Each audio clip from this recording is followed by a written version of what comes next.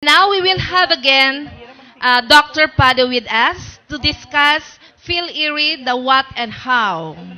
And then to be followed by a workshop on recording Miss skills. Dr. Pado from the University of the Philippines, Diliman. Sa mga kabagang ko, mga Bicolana, anong sinasabi ng Phil IRI? Kasi nag-interview ako doon ng teachers. Ang tatay ko po ang Bicolano. Anyway, ang feedback po from the field, mahirap siyang i-administer, it takes time. Kasi isa-isa mong talagang i-diagnose ang bata. Mahirap do you agree? Mahirap i-administer kasi isa-isang papabasahin ang mga bata. Any other reaction? Dito sa table na to, ma'am. Reaction regarding Phil IRI? Ikaw, ma'am.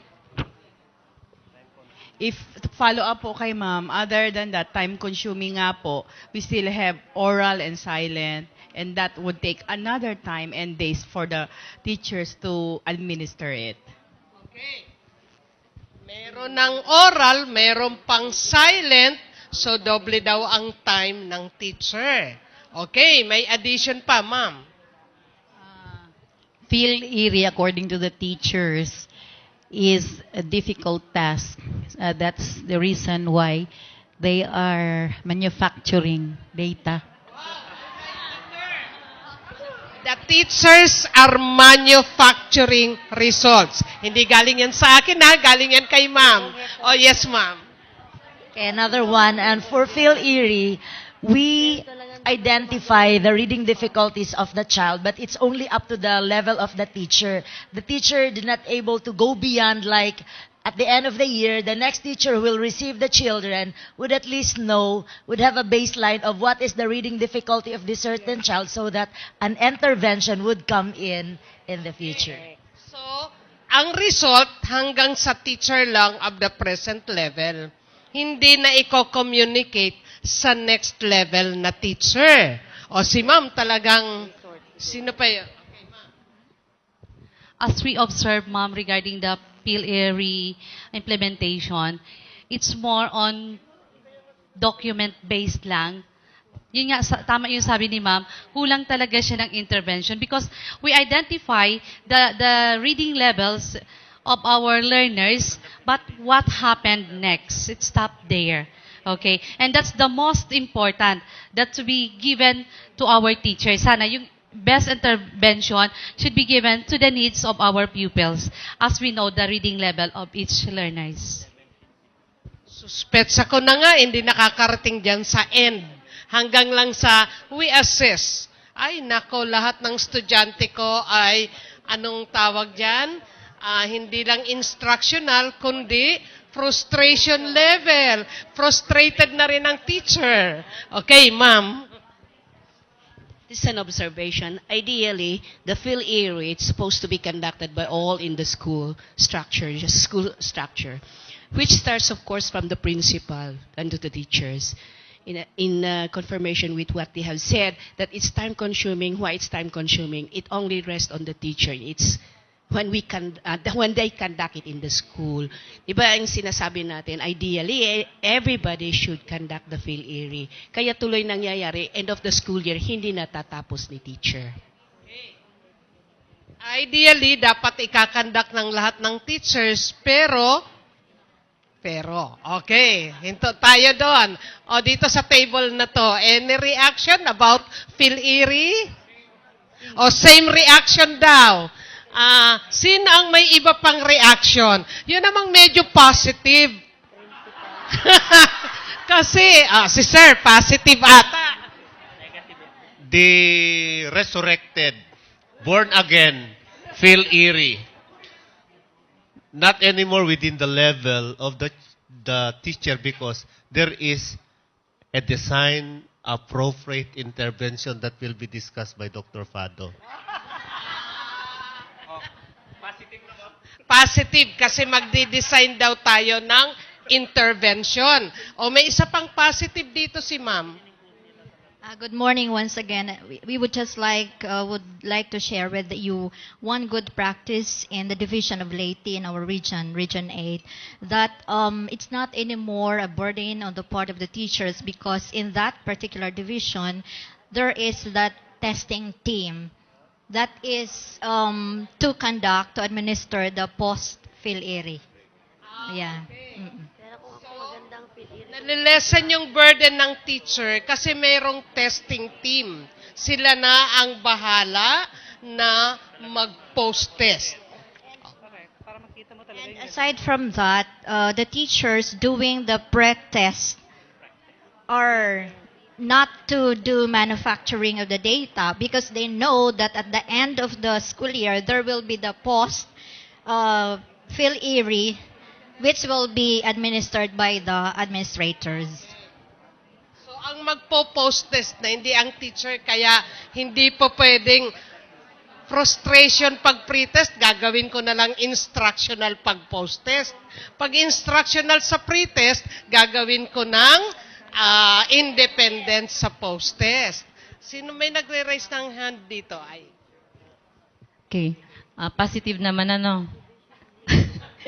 in connection with the topic of Ma'am Padilla, assessment. Actually, sa multi-factored assessment, isang bagay ito na makakatulong sa mga teachers natin. But then, we have to consider also the attitude of the teachers. Nag-a-assess lang sila afterwards. Sabi nga ni Ma'am, well, positive yun, Ma'am, in the sense na very useful ito, sana, with the correct usage and interventions after the assessment, the result of the assessment. So this is positive. Yun nga lang, dating sa ibang teachers, nagiging burden because yung time frame na ginagawa ito, hindi napapaloob sa kumbaga, programa. At least man lang, after 4 and 5, then you can go through the pre and post assessment, then the result of this will lead them on how to do the teaching, kung ano talaga yung needs suited to the level of the learners. Thank you. So, dapat yung results, pagkatapos magiging basis for intervention. O, si Sir muna, tapos si Sir Eric. Good morning, everyone. Phil IRI is actually a very essential tool for teachers, especially in reading instruction. But it has to be the administration procedure has to be simplified for teachers. And why not use technology to have it simplified and user-friendly for teachers across the country? Simplify, make it teacher-friendly. Sir Eric. Okay, looking at the positive side, marami po kaming program. We came up with different programs, reading programs, based on the result of the Phil IRI. Database, so how are we going to improve the reading level of our students? We have reading corner competition, extensive reading program, USSR, library hub, and then linkages with the community. So even Ateneo, natatap namin yan para mag-donate ng mga books sa amin. So far, yung mga batang medyo kahit pa sabihin nasa 4th year level na sila, and then basta magustuhan lang nilang bumasa. Ano yung favorite mong book? Gagawa kami, may book parade pa po kami at paparada kami sa buong bayan for them to show that we really love reading in this particular school. So maganda naman. So maraming nagagawang intervention afterwards. Meron pa, sino yung nagre-raise ng hand kanina? Meron pa? Oh, si Sir. Thank you so much. Actually, if I could remember, I was a part of the team who really have organized Philippine Informal Reading Inventory. I was in UP, and I came from UP also, ma'am, for my reading. Hindi ko na po matanda, medyo matagal. I could feel na ang problema po natin, wala po sa Phil IRI as a tool for reading, nasa implementation. Kasi we keep on changing, technology keeps on changing, approaches keep on changing. Probably, ako kasi noon sa Sultan Kudarat Division, Region 12 po, ma'am, I started by going to the different districts and introducing Phil IRI as a tool in reading and making understand that everyone is a reader.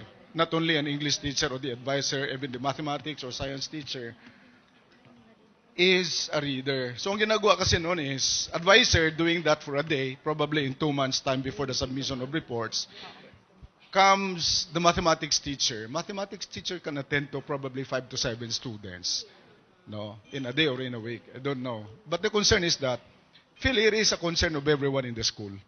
And it's a tool. Nakakatulong. So, siguro na sa implementation yung problema natin. Kasi kung mayroon pa rin tayong Phil IRI by now, at saka na-improve natin in terms of, at the context of the needs of the children. So, mayroon tayong tool na hinahawakan talaga, no, to evaluate students' performance in reading. At saka, hindi pwede nasasabi natin walang intervention. Hindi po. Kasi after no submission ng report, I have to analyze, I have to do some decisions, come up probably with some programs to help our teachers do some interventions on especially those who belong to frustration level. Thank you. Thank you very much, sir. Oh, last si ma'am. Okay. Isa ding ma'am, ang Phil IRI result kasi sa teacher level, ma'am, based on the experience ng ating teacher, ang result kasi ng Phil IRI ng isang classroom would affect to the performance of the teacher.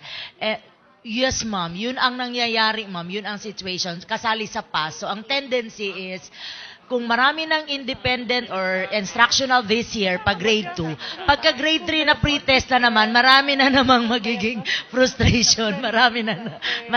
Babalik, ma'am. So, mga ganyan na cyclical problem, ma'am. Kaya sabi ko, I will go with the idea of, sir, it's more of strengthening its implementation and letting the teacher really understand after getting the result, the functionality of the result so that it would at least improve the implementation of Phil IRI. Naintindihan ko na ngayon kung bakit wala ng frustration level pag fourth quarter, pag post-test. Hindi pala mapopromote pag may frustration level pa. Di gusto ko na lang i-handle section 1. Wala talagang frustration level doon. Yes, ma'am. From DepEd Region 12. Ma'am, some of the teachers also complain on the system we use kasi ma'am, pag hindi mo lahat nakuha yung number na nagkuha ng pre-test, pag submitted ng post-test, hindi siya matatanggap. Isa yun, ma'am, system. And also, ma'am, yung passage, ma'am, late na dumarating sa division office.